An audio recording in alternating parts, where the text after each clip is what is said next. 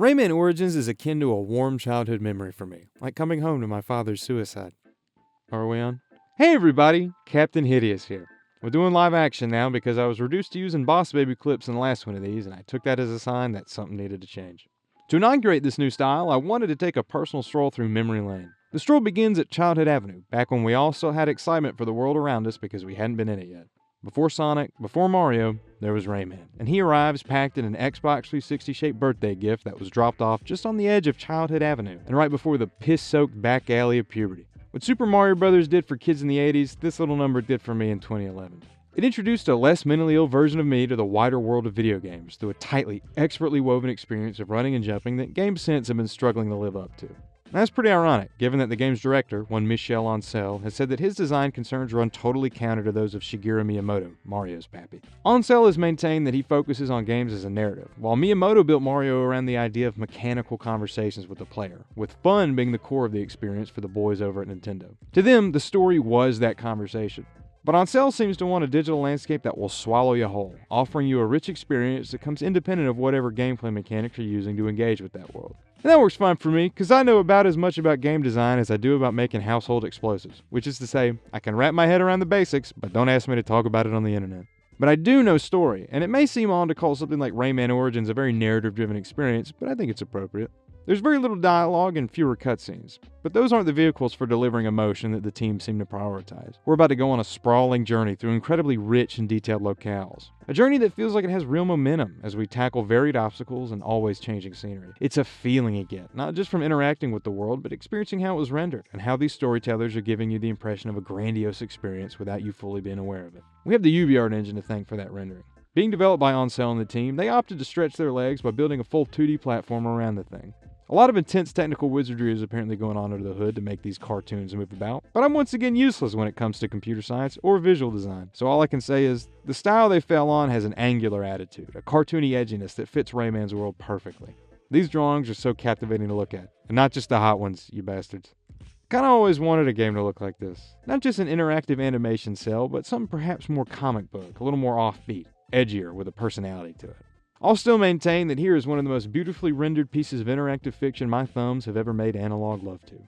And they yearn to do so again. So, come join me through a platformer like no other. What we have before us is a gorgeously painted 2D epic, and it poses some deep thematic questions, like, where are his arms?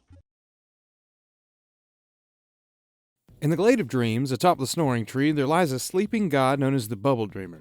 The Glade and all its inhabitants are the results of this narcoleptic deity, and it's his unconscious visions that create the life teeming through this serene world. So existence is his fault. Hey, wake up, asshole. We're all on fire down here. It's not worth it. Okay, it doesn't seem that bad in the Glade. In fact, Rayman and his best buddy Glowbox are doing a little R&R out with God, the King Teensy, and this goth dude. They're just sleeping, chilling in the sun, enjoying some fruit. They even vibe out so hard they create a natural soundtrack, because every time Glowbox scratches his ass, it sounds like a DJ with Parkinson's. It's not all sunshine and rainbows, though, because attached to the snoring tree is a ventilation shaft that leads all the way down to the land of the living dead. Hold on. You created whimsical beings that could die? The hell, man? It's like finding out there's a Muppet hospice on Sesame Street. Anyway, the Bubble Dreamer's nightmares downstairs are annoyed at their noisy neighbors. No amount of respectable broom tapping is making it through to these napping assholes, and that gets Grandma Death frothing at the mouth. She's so pissed off. With that, she declares war on the Glade, and, despite putting up a valiant fight, Rayman and his friends are captured, plunging the world into an eternal nightmare. Luckily, the dead people forgot to lock the cages, and all we have to do to bring some light back into this place is pull on God's beard. There's still an entire adventure ahead, though, and that's because getting beat up put Polocus the bubble-blowing hedonist into a bad mood. And since he shapes existence with his very thoughts, that means the world remains in disarray. So he's a god with BPD. Otherwise known as the scariest thing I can imagine. Murphy over here tells us we'll need Electoons to fix this guy's mental state to return peace to the Glade of Dreams. With that, Rayman leaves the snoring tree to embark on his globe-trotting quest for those little purple squirts. And that takes us to our first world, Gibberish Jungle. At the start of each new locale is one of the Glade's nymphs held hostage by the Livid Dead's forces. Rayman is dropped into the jungle to find our first nymph, Batilla, caged by a demonic entity who scurries off upon seeing our limbless hero. We give chase, getting accustomed to Rayman's control in a short but tightly crafted first level of platforming. The cage thinks it's slick by hiding out in the jaws of this sentient hill, but Rayman sees shit like that all the time, and so he's unfazed. Hop on the demon to free Batilla, and Oh, Jesus Christ, French people. Upon her captor's death, Patilla bestows upon Rayman his first upgrade, the power to attack. There's something to be said about the tragedy of a peaceful character like Rayman being created without even the ability to punch, being twisted by the horrors of war into God's most efficient murder machine. But something tells me we're not supposed to think about that part. Now that we have offensive capabilities, we're ready to tackle the rest of Gibberish Jungle. Up front, I want to make a note of the gameplay before we sink our teeth in all the other juicy narrative elements on display here. I know mechanical conversations weren't the main focus of the guys and gals over at Ubisoft's Wee Wee Baguette division, but I still say they nailed the fundamental mechanics that the rest of the game is going to spring forth from. Rayman controls like an absolute dream. He's got 2 movement speeds, running and walking, and each provides you with such a nuanced level of accuracy in your movements that every direction I would move in felt absolutely intentional. And no platforming protagonist is worth shit without a jump that cuts through the air with precision and grace. And let me tell you, Rayman's hop is one of the best in the business. If all you're doing is moving along an X and Y axis, then you'd best make damn sure that running and jumping feel as amazing as possible. And there's a lot going on into why Rayman feels so incredible to inhabit, but the control and the handling seem most bedrock to that feeling. With that out of the way, is this not one of the best looking games you've ever seen? This thing is gorgeously rendered, and much of that has to do with the painted backgrounds and environment designs. This place, and every other world we'll be visiting, is so vivid in its visuals.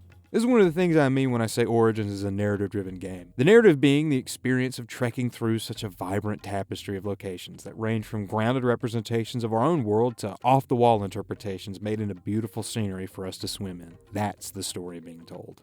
Also, and keep an eye on these as we progress, the character animations are downright hysterical and checked every mental box that Baby Me had to the point that it probably solidified my tastes.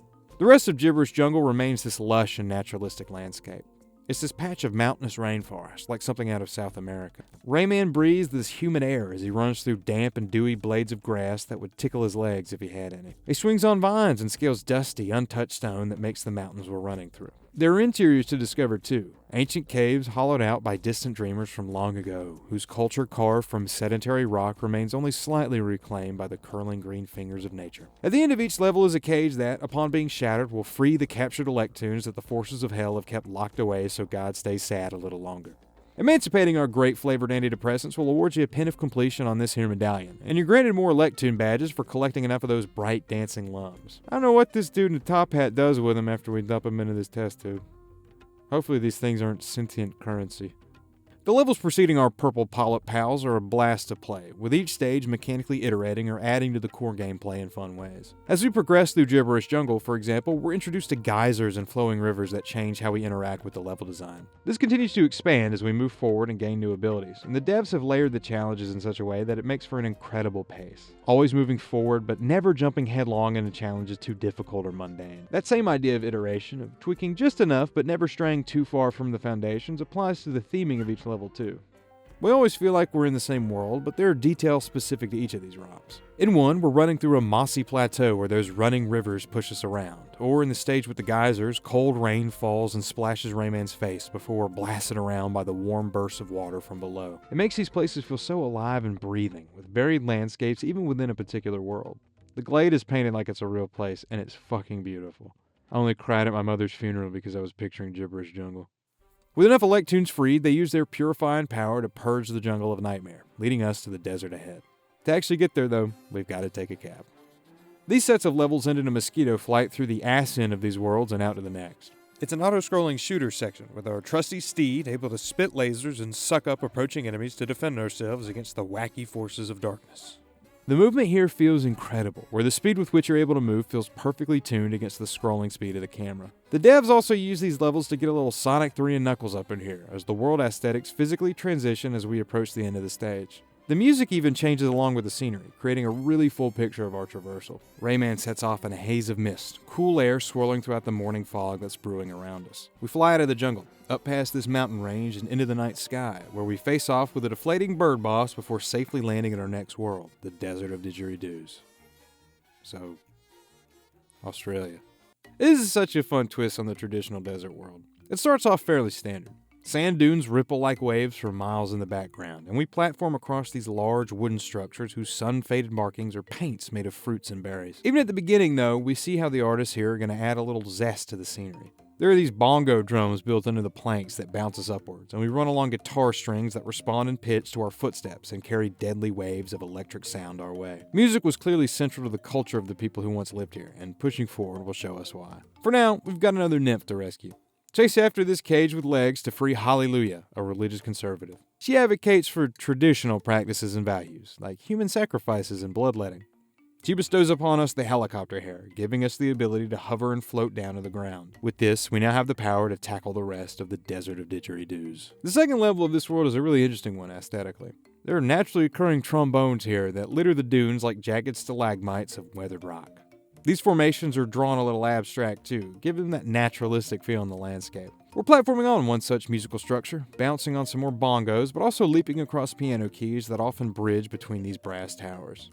Gramophones peak from an ocean of grit and blow notes into the wind. Quarter notes tickle our face as they vibrate and break across Rayman's schnoz. Now we see why music might have meant a lot to the weird glowbox things that probably populated this place. Next, we're blown about by desert winds, getting to hover in the cool breezes that Rayman can use to ascend up this wooden skyscraper. The air only gets chillier after sunset, as this hollow snake takes us through the clouds under a blanket of infinite twinkling stars, each making their claim on the velvet tapestry of the night sky. This eventually gives way to a pale sunrise as we break the chains keeping us from God's favored creations. These fucking things are the apex of intelligent design. If they were real, there'd be no atheists. These two levels illustrate the way the devs design platforming challenges around the upgrade we get at the start of the world. These gusts are built around the use of the helicopter hair, testing that particular appendage of movement and is an obstacle that, at least for now, is going to be confined to the desert. There are also levels like the auto-scroller, not designed around a specific movement upgrade, but made to test the most basic kit of running and jumping. Pure platforming, in other words. No helicopter hair necessary for this one.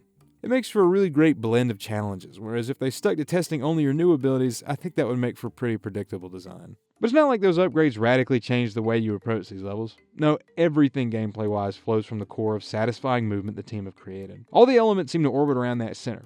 Take the level design, built to be a perfect complement to that movement, or how each new upgrade is an extension of the core kit you're given at the start of the game, opening up a wealth of new challenges with each simple addition. Having everything stem from the same foundation makes for a cohesive, razor-sharp package. And while we're in the desert made of a marching band, let's talk about another element that I think is core to the foundation of Rayman Origins. Music is central to the design of this world. It's like one of the basic building blocks of matter over there. That extends to how you tackle these stages, as it feels like there's a desired rhythm and pacing to traversing this level design, an unseen route that you can tap into and be rewarded with perfectly executed gameplay. Like a drummer finding tempo in the dark, you get better at intuiting that desired rhythm the more you play, and feeling like you're tapping into the song going on underneath the level is absolute brain candy. I imagine it's a similar feeling to nailing a stage in Guitar Hero, except here the color-coded fingerings are invisible cues to jump at just the right height. And the song you're playing is one that comes across in feeling rather than sound. But then again, I wouldn't know, on account of my reaction time being closer to a taxidermied squirrel than a functioning human, so not once have I done well at Guitar Hero. It takes exactly 7.5 minutes for my brain to send signals to my fingers. It's just not happening. Enough Electoons have been liberated from their desert prisons to form our next bridge. These levels are locked behind a certain number of Watchman pins, but collecting them shouldn't be a problem. Each medallion has 6 slots. 2 for Lump Collection, 2 for the secret cages, 1 for completing the level itself, and a final one for returning to the stage and beating the time trial. That leaves plenty of options for how you'll approach replaying these stages, and as a kid it was fun to be made to go back to older levels to discover secrets or force ourselves to nab the dangerously situated skull tokens. Where back in the day, managing to collect even these early ones felt like major triumphs as brain-dead baby me learned to platform. To get to our next world, we must ride the noble Rocinante through the shattered remains of a once mighty temple, now infested with swarms of ravenous locusts festering and buzzing in the dark corners of this ruined place. They'll eat you alive if you stray too far from the light. Fly out the top of this temple and feel a sharp chill as we descend over an Arctic Ocean populated by glacial cocktails and angry orange slices. Once Rocinante finds a safe place to dock, we're ready to tackle what will be our ice world, Gourmandland. Here's another traditional theme with a simple yet off-the-wall visual twist to make for a fresh and unique aesthetic. This must be God's refrigerator, because we run past walls of ice keeping pieces of fruit fresh, until Palokus dreams up a teensy who figures out how to burn fossil fuel. The nymph of Gourmandland is Edith Up. They drew her with the biggest tits and birthing hips, for those of you with the preference. Just be aware, she's also a cannibal. Her only other personality trait is that, upon her freedom, she gives us the power to change size. This lets us slip into crevices or be launched back to full size via these air funnels, and we'll see how this mechanic is used to great effect in the actual platforming. First, I want to take in the scenery.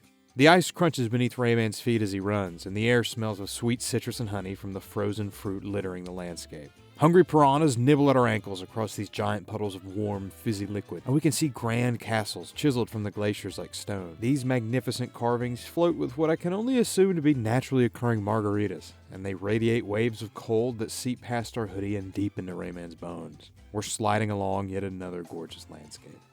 And yes, while there are still ice physics present, there's an elegant twist the devs have put on the mechanic, as they've done with plenty of other design elements so far.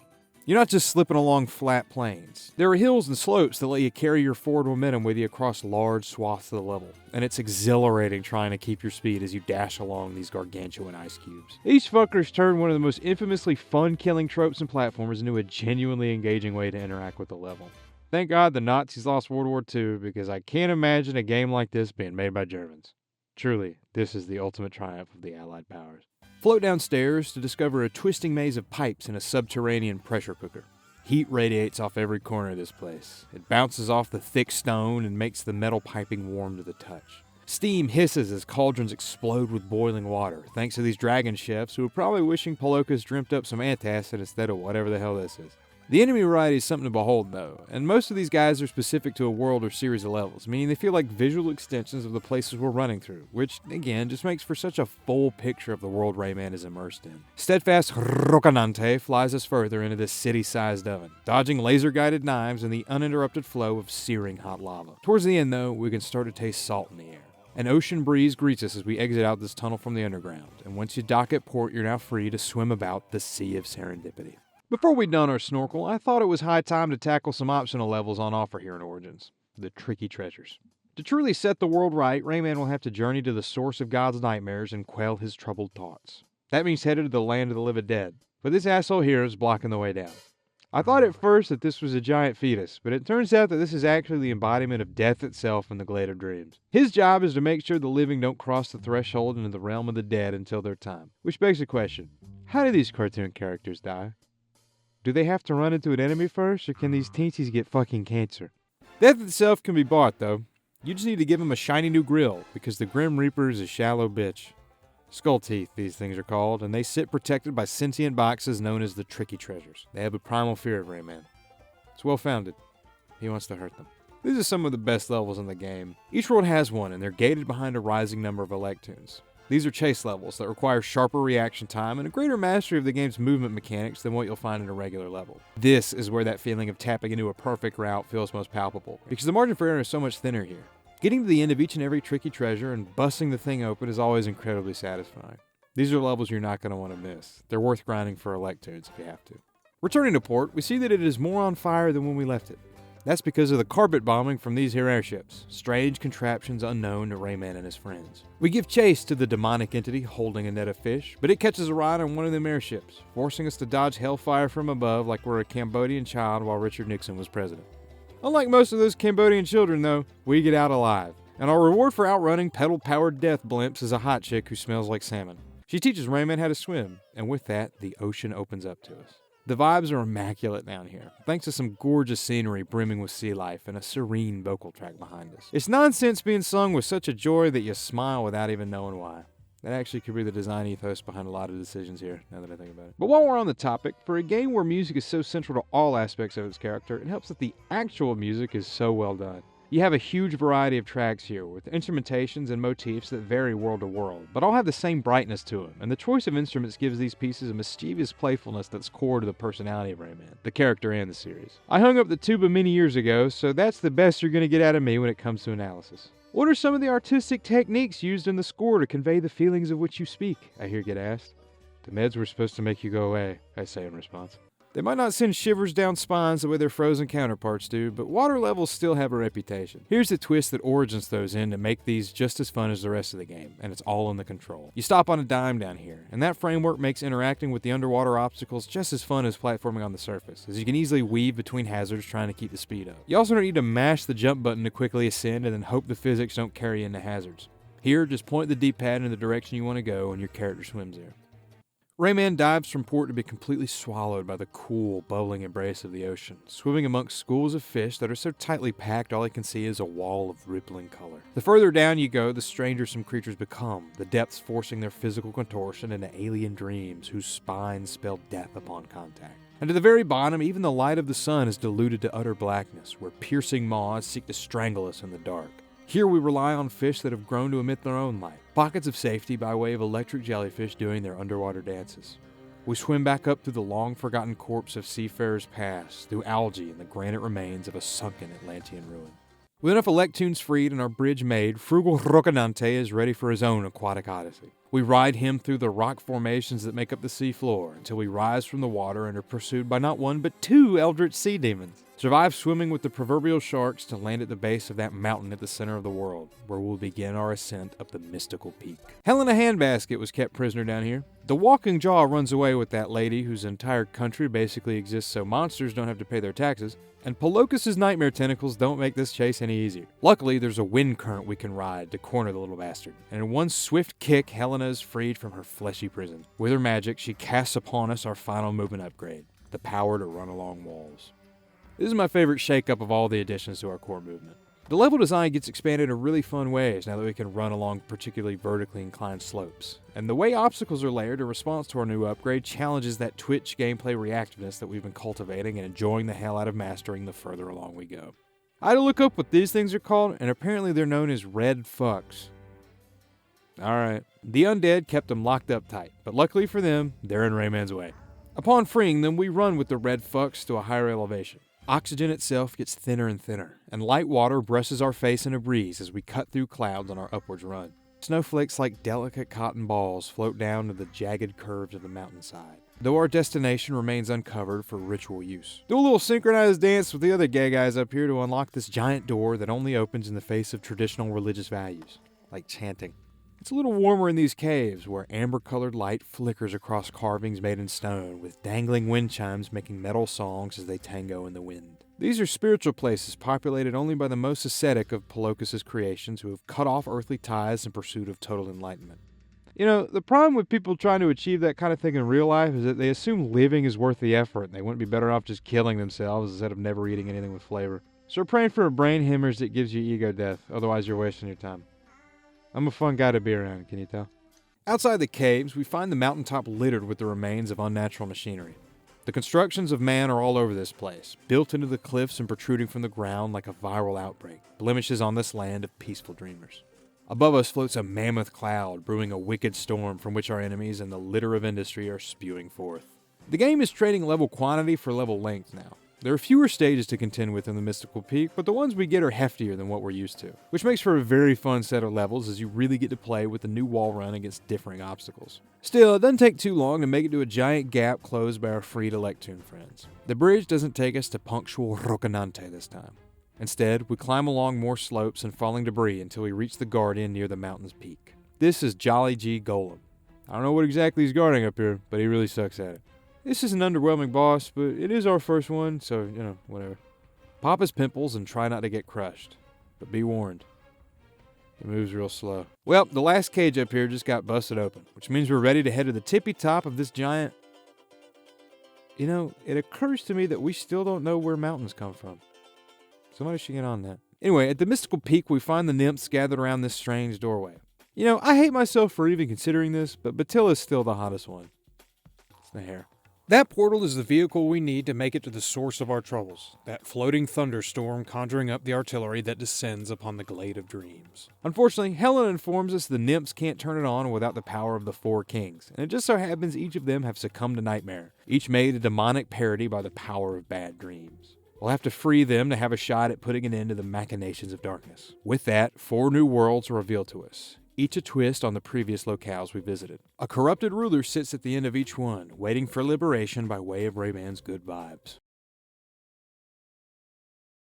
As I said, this guy who painted himself to look like the side of a Mexican's car won't give you access to the tricky treasure levels until you collect the prerequisite number of Electoon pins. After beating the game normally, I had enough to get me into 7 of the 10 locked stages. I refused to leave the citizens of the Glade at the mercy of a horny god's stress-induced hellbeast, however, and I knew I couldn't rest until Mr. Death was satisfied with his bejeweled molars, so he could fuck off and let me beat up the ultimate nightmare at the center of this Babylonian afterlife. To return to some levels and nab more elect tunes for these medallions, I enlisted the help of my brother, Private PP. Hello! This gives me an excuse to talk about an element I think is absolutely core to the experience of Rayman Origins, the multiplayer. Ansel has said that he wanted this level design to be accessible for everyone. He didn't want the designers to overindulge themselves in crafting challenges that satisfied their tastes as connoisseurs of the medium, but created too high a skill floor for the level of accessibility Ansel wanted. The man himself said, quote, "With Rayman Origins, we wanted gamers to be able to play with their girlfriend, who maybe hates video games, but we needed to keep this door open so that even she could find something to have fun with. I'm very sensitive to this. We're like mountain guides or super surf teachers. We love it, but we can also share this passion." It was this level of accessibility that let my brother and myself fall head over heels in love with this thing as wee lads. Like I said up top, picture this being the first video game you ever really played as a kid, and you'll have conjured up a picture of me and the Private back in 2011. And yet we felt that there was no challenge we couldn't overcome with enough persistence. The game gave us room to improve our skills and play at a pace we felt comfortable, especially since either player can revive their bubbleized brethren with a well-timed slap. The difficulty curve of the main game seems perfectly paced out, and with those tantalizing optional challenges like skull coins and hidden cages there when we had the confidence for them, our skill couldn't help but grow as it was watered and nurtured by some French folks behind the curtain. I remember the early days, where there was no chance I was setting foot in the Glade of Dreams without Glowbox by my side. He and I leapt across mountaintops and swam to the deepest depths. We slid along ice caps and made discordant music as our steps in the desert sang back to us as we ran. We braved the lands and kept each other alive and kicking, beating up old guys who smell like death and getting our platformer sea legs, each of our skills only growing because the other was there to cushion the blows when one of us flew too close to the sun. It's a wonderful camaraderie that gets built playing these stages with someone else, especially if both players are growing together as they play. The Private will always be my Glowbox. This is where the character animations shine. Everything this frog fuck does is delightful. But this is a perfect game to play with pretty much anyone. I think Vegetables might have a hard time with these controls, but just about anyone else, regardless of platforming experience, can slip in with a buddy or three and all enjoy this level design together, creating wonderful shared moments of triumph as each of you leap forward, challenging yourselves, but also working as a unit to push against the hordes of the livid dead. Oh, but on that note, I've never had more than 2 people who want to be in a room with me for an extended amount of time, so I can't speak to how 4 players feel together, but 3 got a little chaotic. 2 seems to be the magic number on this one. Play with your girlfriend. Or boyfriend. You could be gay. I don't know. You could also be a woman.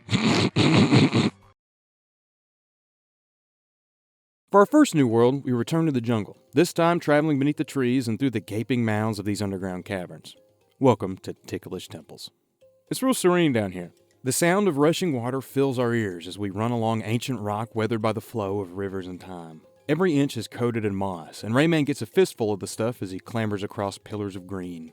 Palm leaves have been climbing out of the cracks in the sturdy rock of the place, growing as they unfurl to catch more rays of light that peek through the trees. Trees whose trunks we run past, towers of living wood as old and immovable as the mountain that sleeps at the center of the world. Monogamous Rocinante takes us deeper, through the morning mist that radiates off the endless flora.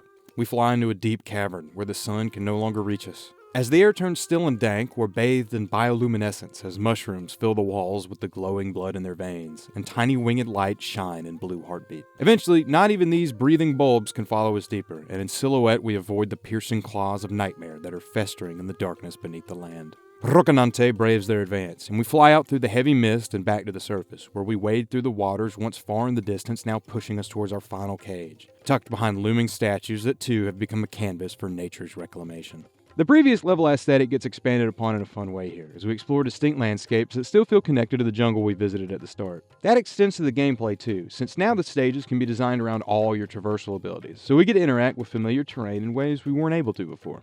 It's a simple trick, but it makes these revisits very rewarding, for both the scenery and the new level design.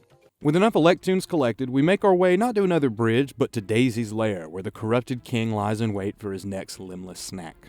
The boss itself is a decent test of our movement at this stage, beginning with a chase before Rayman falls to this arena where we make use of our wall run in an interesting new way to avoid Daisy's lumbering path. This carnivorous carnation is a really imposing drawing above all else though, and it doesn't take but popping a few boils to put the king's mind back in ease, restoring his peaceful demeanor. Apparently his name is Carnivoro, which is a really terrible cross to bear for a creature so vehemently vegan. Maybe his parents expect him to eat like a normal fucking person. For our next revisit, we return to the desert, this time in the Grumbling Grottos.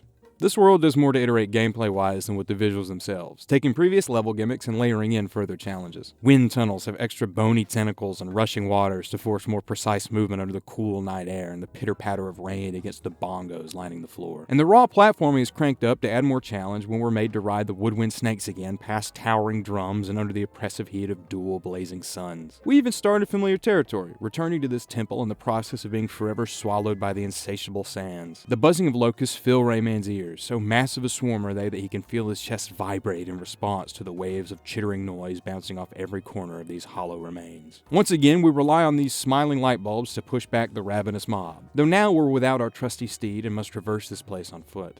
It was also in this world that I started to notice those secret cages beginning to become standout moments in each level.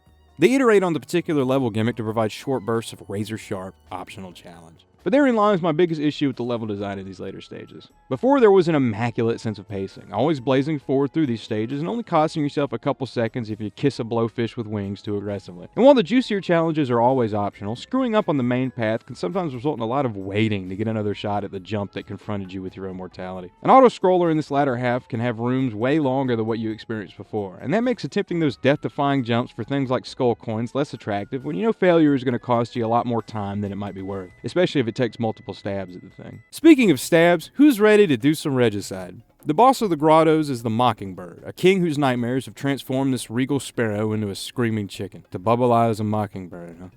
Shouldn't the name of that book be To Free a Black Person? What a stupid title. This boss is more fun because of the winds blowing through the arena. I think having to hover around these obstacles is a greater challenge to your movement than what they were able to squeeze out of that final confrontation with Carnivora. But because the challenge is cranked up for the boss itself, there's no preceding platforming chase. I love that the devs know exactly how much challenge they're looking to deliver in a particular stage, and don't mind shaking up how that challenge is delivered to keep every boss, hell, every level, feeling fresh and unique and still so constantly engaging. Smacking the king's ulcer from hell will have all the evil deflate from him like a whoopee cushion filled with mustard gas. And with that, half of the Glade's rulers have been restored. We shall now return to the underground furnaces of the luscious lakes. Pretty sure Rayman's eyes must be in absolute agony right now because those pissed off Frenchmen keep enormous bowls of chili powder just blowing around down here. Yeah, if I were him, I'd want to kill everybody here too. The food-themed obstacles are expanded upon in a cool way though. You're hopping across floating spoons and rotating salt shakers, again forcing more precise movement than in our first go-around. To return to the surface, we enlist the aid of ever-loquacious Rocinante. I'm running out of adjectives. Eventually we catch a glimpse of what bad dreams have made of the king of this land, as Leonard the Leaky Lizard was cursed with such unnatural hunger he starts eating his own castle. It disagrees with him, however, and that results in some expert flying from this hygienic steed to avoid the chunks that are subsequently blown. Whether Polokus knows it or not, he's condemned this earthly monarch to an eternal punishment for his unholy commitment to the fifth deadly sin. These later levels are cranking up the platforming heat, so to speak, but as I mentioned in the interlude, I think the difficulty curve of the mandatory challenge is perfectly paced out. It earns those tougher moments towards the end because of the steady increase we've been feeling as we've hopped along these stages, and the door to juicier challenges remain open whenever the player feels they're ready for them. Rayman's polar trek bleeds into the nighttime, and we get a gorgeous view of the sun's rays colliding into watercolor explosions while those Arctic waters reflect midnight blue in the distant wails of twinkling stardust. We don't have much time to pause and soak in the views because we're pursued by some satanic salmon right into the gullet of Leaky Leonard over here. This quickly becomes a making lemonade situation because we're now able to surgically remove the nightmare ulcers and cure this crimson chameleon of his horrible heartburn. I don't know why he speaks Arabic at the end here, but spaghetti to you too, buddy.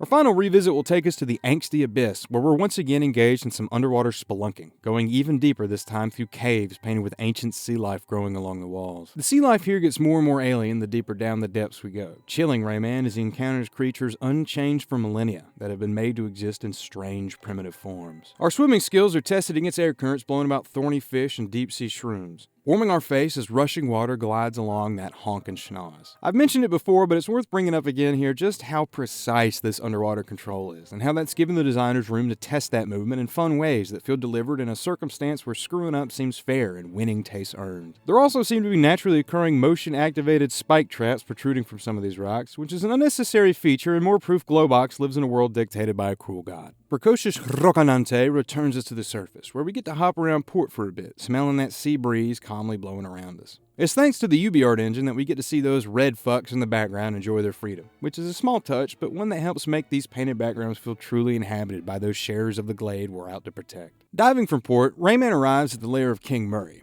who has been transformed into the biblical Leviathan.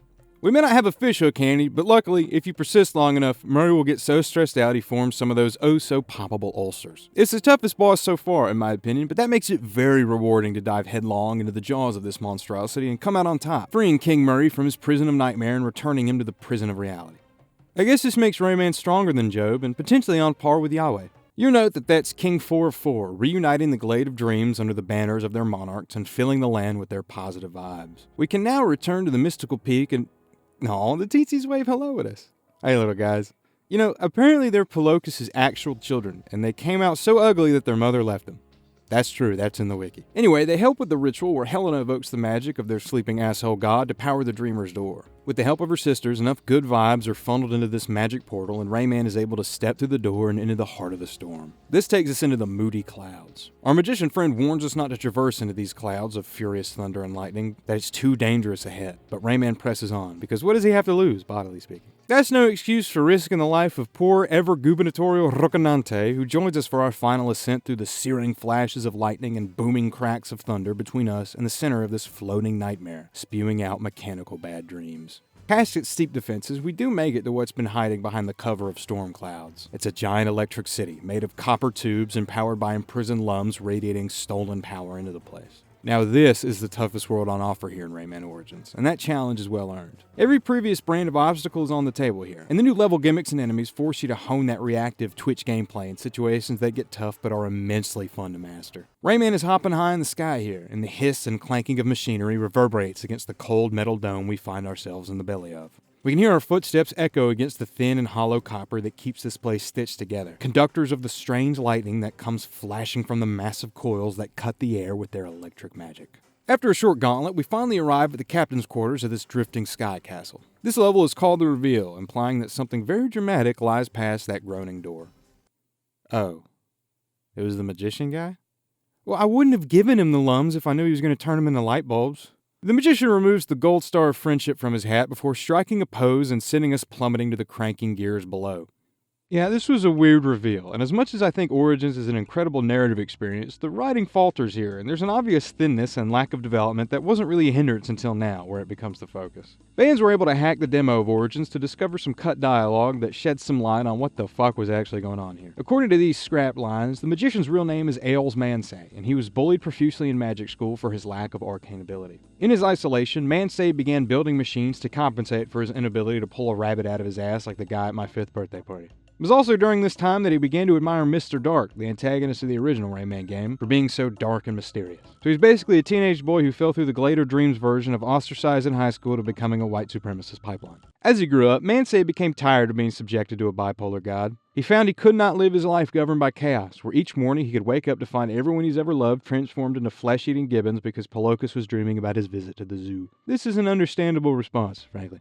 Fed up and living this way by adulthood, Mansay concocted a plan to overthrow their bubble dreamer god and instill himself as the new ruler of the Glade, where he would perpetuate a harsh regime of iron order.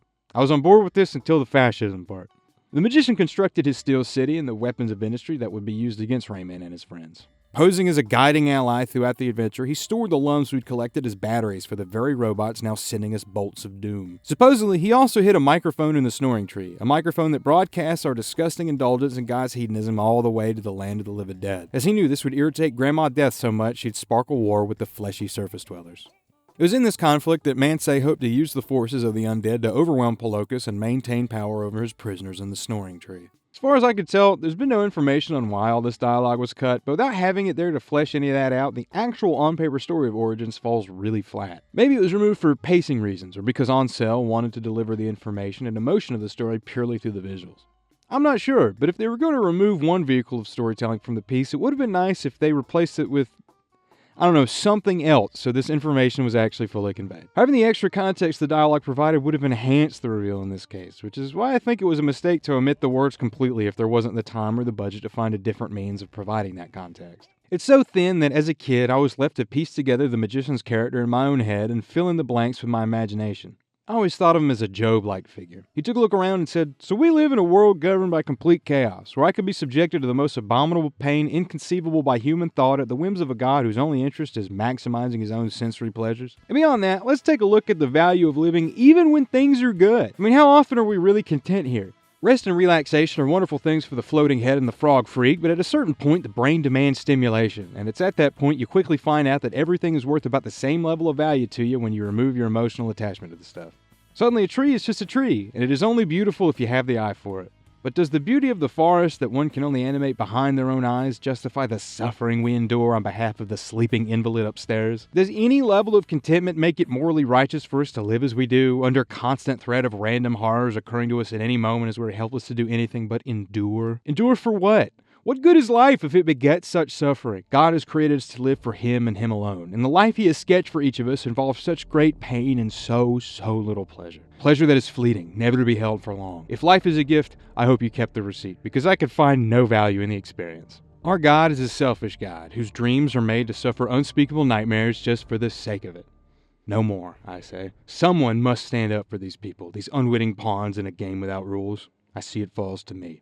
He foolishly made us as things that can build, and so I shall create machines of war that will raise His creations and make ash of the land. No seed shall grow and no life shall fester, that disease that spreads like fire across what was once peaceful waste. I may not be able to subdue a leviathan with a fishhook, but I can manufacture destruction that rivals even his ability to level creation. And I will march upon his sleeping place, where he lies producing more and more things to aimlessly bear the insanity of this world. I will march with my men of iron, and it is there I shall kill the bastard God who made us, the cruel and worthless father who gave us such a horrible gift, and I shall replace him with nothing.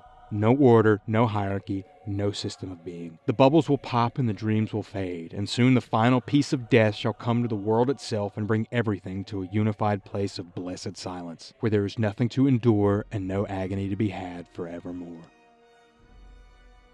The things we dream up as kids, huh? Anyways, the magician opens a trapdoor that sends us to the base of this metropolis in the clouds, where he sicks robotic replicas of Carnivora and the Mockingbird on us. Unfortunately, he also gave them their trademark ulcers with eyes, which we popped to send the clockwork duplicates packing. Rayman climbs to the back door of this malicious metropolis to return to the magician's room of levers. Unfortunately, this tricky bitch knows Rayman too well, and uses the man's love for expressing himself through dance against him in a bid to escape.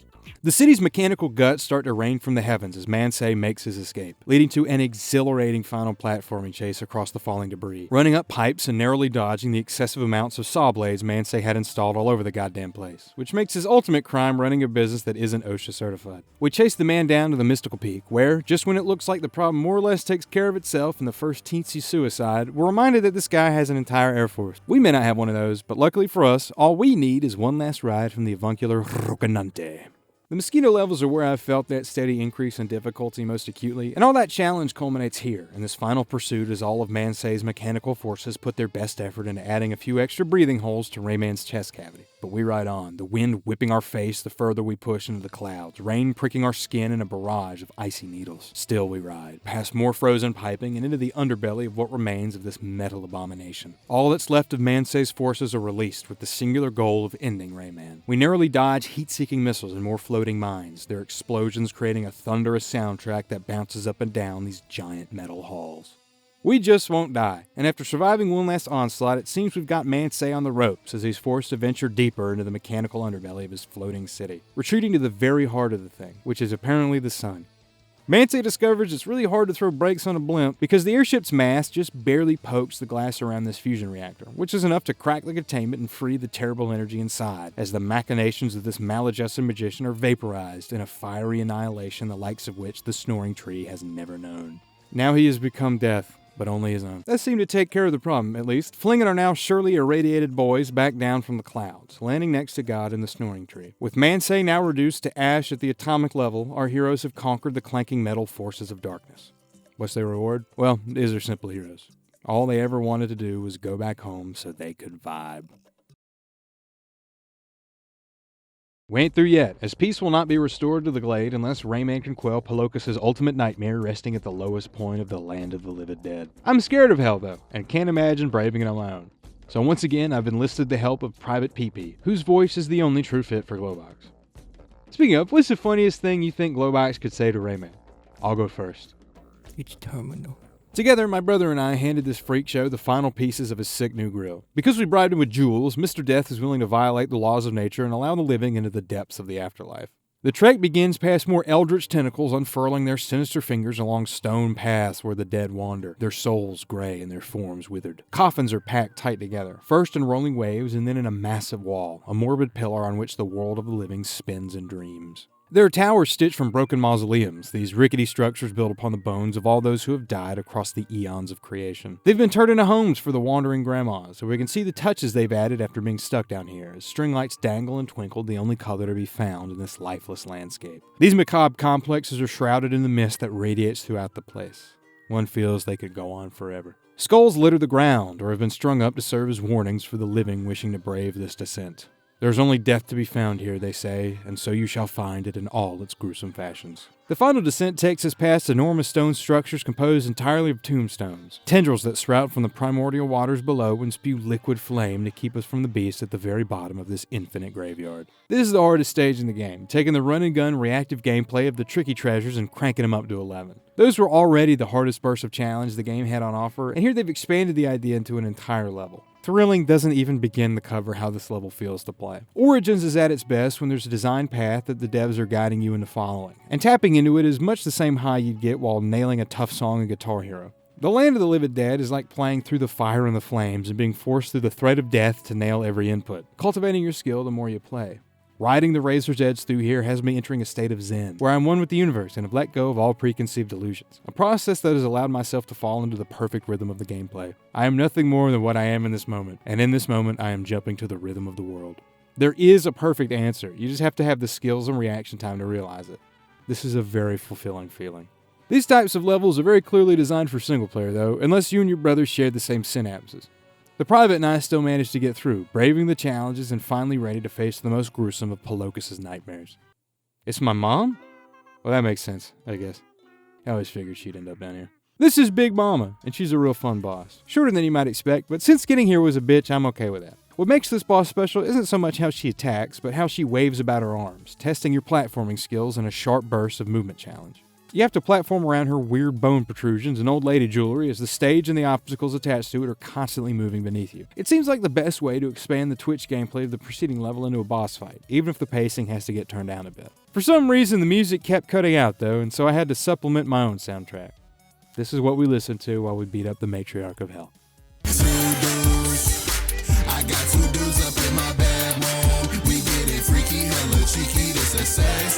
After blinding Big Mama, we entered the final stage of the battle, surviving her elbow barrages to pop those final few stress ulcers. With that, the last of God's poor attitude swirls down the drain, revealing Big Mama to be a nymph named the Death Fairy, who is corrupted by the Bubble Dreamer's nightmares. I may have to take back the thing about Batilla being the hottest nymph, but only if this one can kill me. The adventure finally concluded, the Death Fairy winks to the camera before Private and I were teleported to the credits, where, much like our characters at the end of the story did, we vibed. This is one of the best games ever made. I'm biased, sure, but I'm also not wrong. I don't see how this piece can't make you smile. The difficulty is paced out so perfectly that anyone of any skill level can pick this thing up and will, over the course of the adventure, grow to meet whatever challenge the devs have laid out for them. Taking that as the mechanical core of Origins, they essentially built the Sistine Chapel on top of it. Actually, that may not be an apt metaphor. I mean, how great can it be? It's just a fucking building. Which makes Rayman Origins better than the Sistine Chapel. Sure, both have beautiful architecture and immaculate visual construction that completely swallows you up and leads to a powerful, visceral emotional experience once you come into contact with such an expertly painted place. But Rayman Origins has glowbox, and all Michelangelo ever drew was some dumb god shit and an awful lot of penises. What if you could see Glowbox's penis? Like if it just dangled in the wind while he ran. Would you play this game for me then? I physically cannot recommend Rayman Origins enough. It was the vehicle for so much fun back before the twinkle left my eye and I understood why people get addicted to drugs. The world outside may be a charnel house that slaughters bodies and rapes minds by the truckload, but the world in this digital package is always a joy to return to. Always so full and beautiful that I have never regretted a second I've spent inhabiting that legless wonder in the Glade of Dreams. You know, dredging up all those warm childhood memories has got me in the mood to finish something I started way back in the day, but never had the heart to finish. This is my manifesto, entitled The Magician Was Right and We Should Murder God. I had to stop because my mother was getting concerned at the excerpts I'd read at the dinner table. Well, who's laughing now, lady?